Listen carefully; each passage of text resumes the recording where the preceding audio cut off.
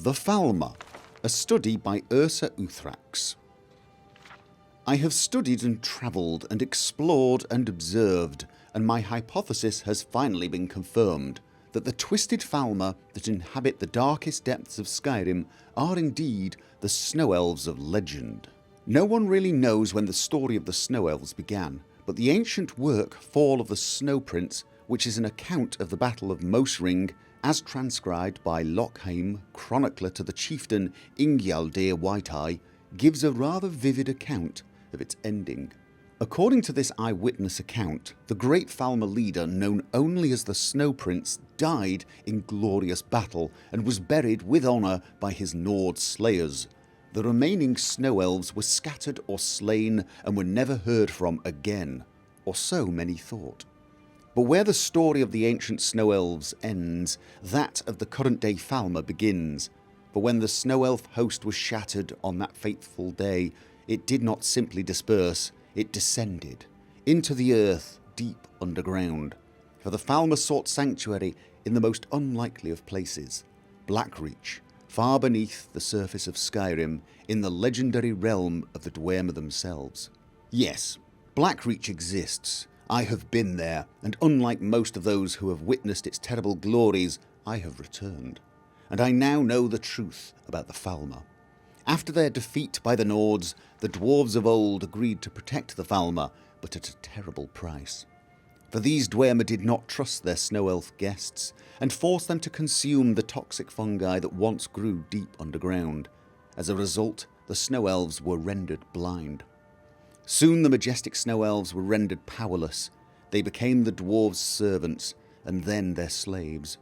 But the Dwemer's treachery was so deep, so complete, that they made the fungi an essential part of the Falmer's diet.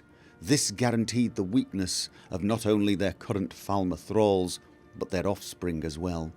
The Snow Elves, for time eternal, would be blind. But as is always the story with slaves and their masters, the Falmer eventually rebelled. Generations after they first sought solace among the dwarves and experienced bitter betrayal, the Falmer rose up against their oppressors. They overthrew the dwarves and fled even further down into Blackreach's deepest, most hidden reaches. For decade upon decade, the two sides waged a bitter conflict, a full-fledged and bloody war of the crag that raged deep below Skyrim's surface, completely unbeknownst to the Nords above. A war whose battles and heroes must forever remain lost to our knowledge. Until one day, the war ended. For on that day the Falmer went to meet their Dwemer foes in battle, only to find that the entire race had vanished. Finally free from the threat of their Dwemer overlords, the Falmer were able to spread freely throughout Blackreach. But years of fighting the dwarves had left them bloodthirsty and brutal.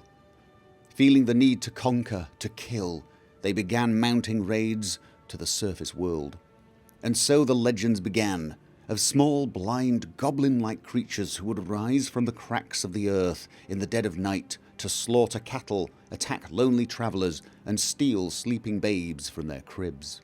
In recent years, however, the sightings of these creatures have become more and more frequent. Their raids more organised, their attacks more brutal. In fact, one might even come to the conclusion that the Falmer are ready to change once again. Could it be true? Are the Snow Elves of ages past ready to reclaim their long-forgotten glory? Are they ready to surge to the surface and make war upon the Light Dwellers? If that happens, if the Falmer are indeed planning on reconquering Skyrim, I fear a horror neither man nor gods could possibly stand against.